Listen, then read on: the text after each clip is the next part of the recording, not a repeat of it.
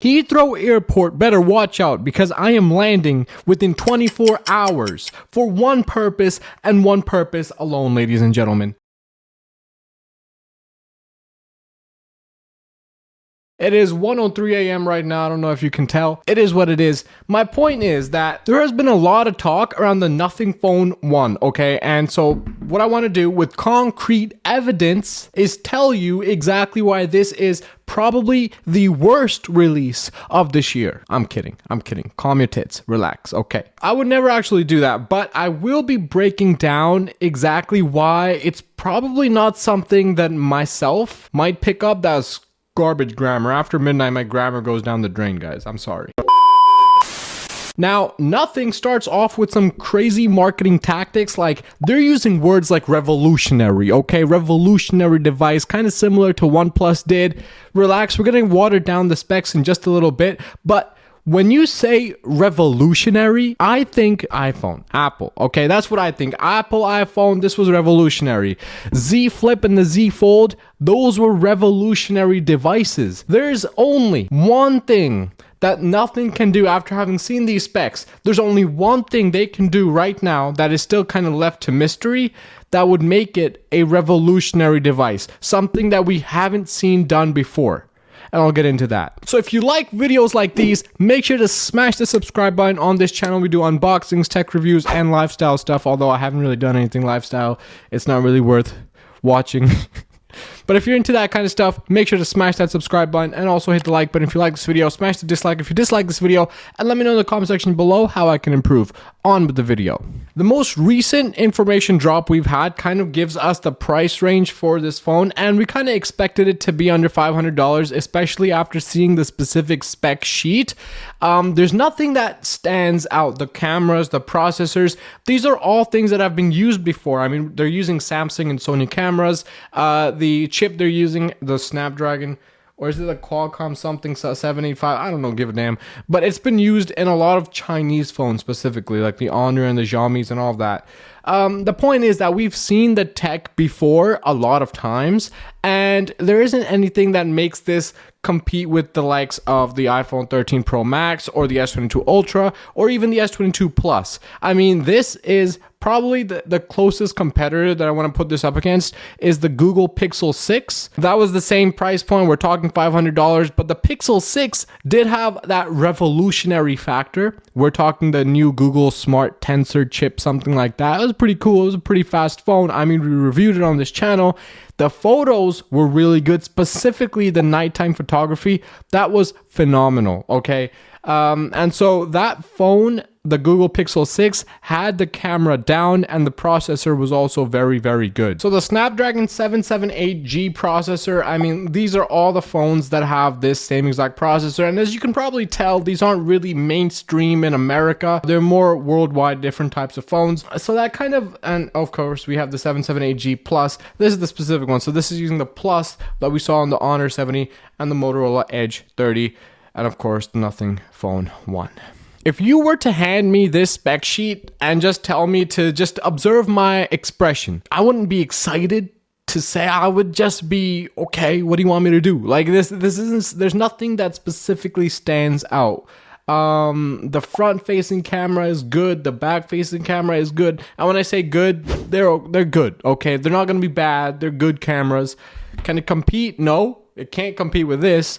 But it's still a good $500 and less, still a good camera. So the specs overall, even the battery's a little bit better than the Google Pixel 6. The cameras, I'm going to expect them to be a little bit worse when it actually comes time to process those pictures. The processors, I mean, the Google one is in its own kind of league, but they're, I'm sure, going to behave the same. Like I'm assuming a lot, but they haven't really given us any more. They haven't told us, okay, this 778 Plus chip is going to, it's not going to be crazy. We've seen it on the Honor 70 already. We've seen it on the Huawei. So it's not something crazy. What can make this phone revolutionary, okay? First of all, when I say revolutionary, what am I talking about? A phone that comes out with a 5-day battery?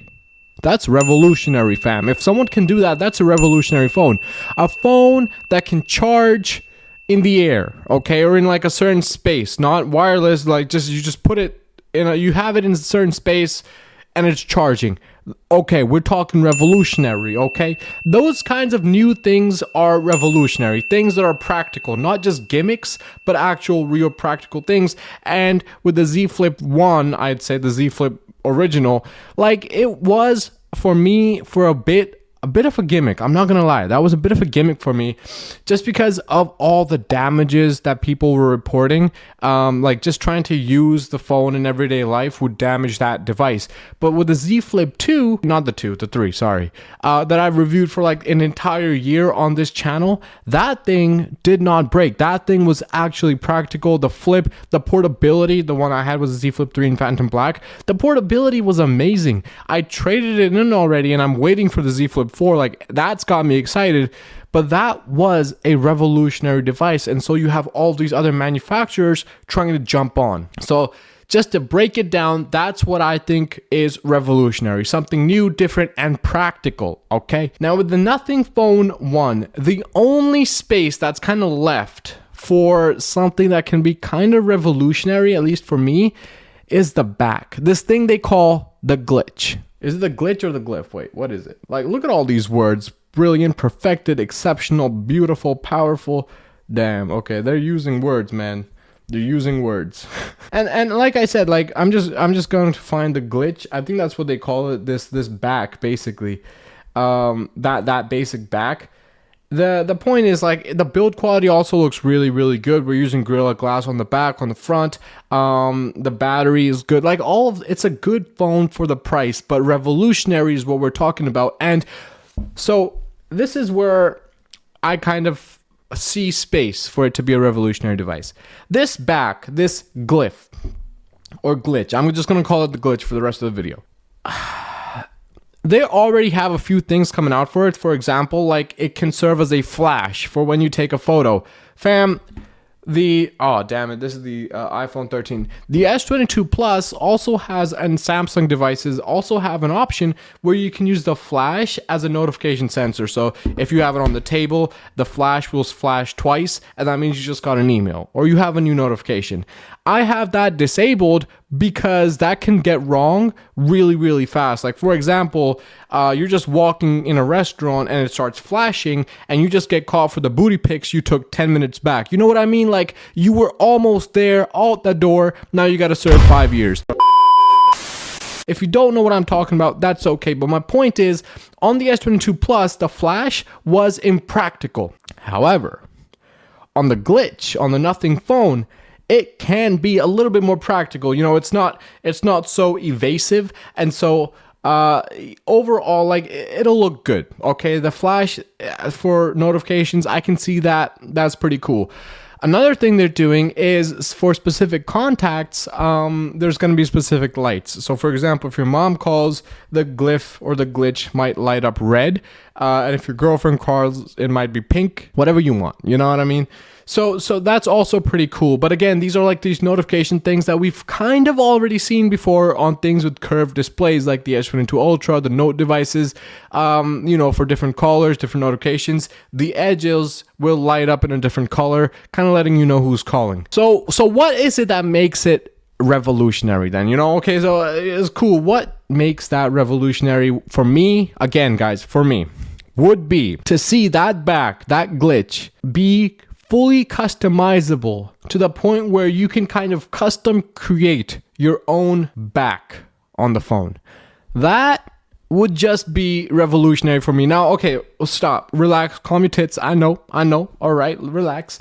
The fact is that right now, a lot of people want phones that are fun, something different, something unique, not something that we've seen over and over again, although I love the design of the iPhone 13 Pro Max. It's a gorgeous phone. But we want to see something different. We want to see something that we haven't seen before, and it needs to be fun. And so the Z Flip, the Flip wasn't being marketed to like professionals or business people. If you saw any of the ads, it was always like these TikTokers and these, like, you know, hooligans. I'm not calling TikTokers hooligans. Maybe I am. But basically, it was all these kids that were trying to have fun. And this was this new device that was going to let you have that fun, and it worked People loved it. The Z Flip 3 sales went out the roof. Okay, it was converting Apple people like crazy.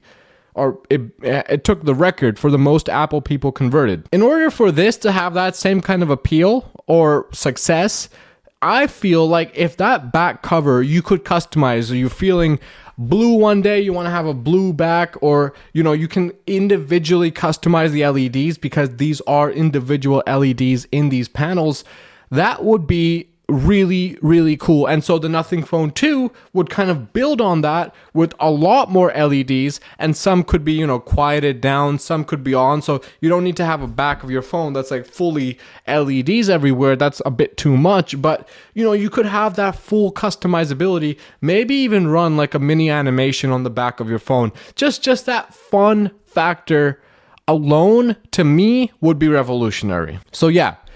And of course, having all of that within $500, that's really cool. So yeah, the specs, the camera, not really doing it for me. The design, like the Gorilla Glass with the open transparent back, that's sick. I think this is one of my favorite renditions of this open back glass. There have been phones in the past that have done this as well, specifically Chinese brands and Asian brands, but none of them looked as minimal and sleek as this, okay? So I do like their kind of integration or execution of basically a ghost face kind of a phone, but again, that's just a gimmick. So that alone, that design doesn't make it a